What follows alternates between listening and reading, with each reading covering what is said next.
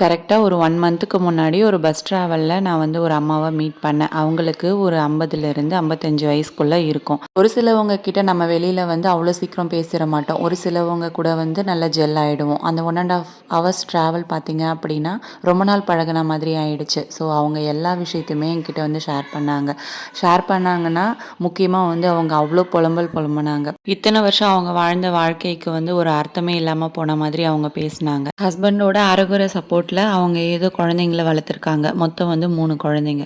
அதில் வந்து 3 பேரையுமே நல்லபடியாக வளர்த்து விட்டுட்டாங்க. ஓரளவுக்கு படிக்கவும் வச்சுட்டாங்க. பட் லைஃப்பை எப்படி பிளான் பண்ணணும், எந்த மாதிரி படிக்க வைக்கணும் அப்படின்னு சொல்லிட்டு அவங்களுக்கு சப்போர்ட் பண்ண ஆள் யாருமே கிடையாது.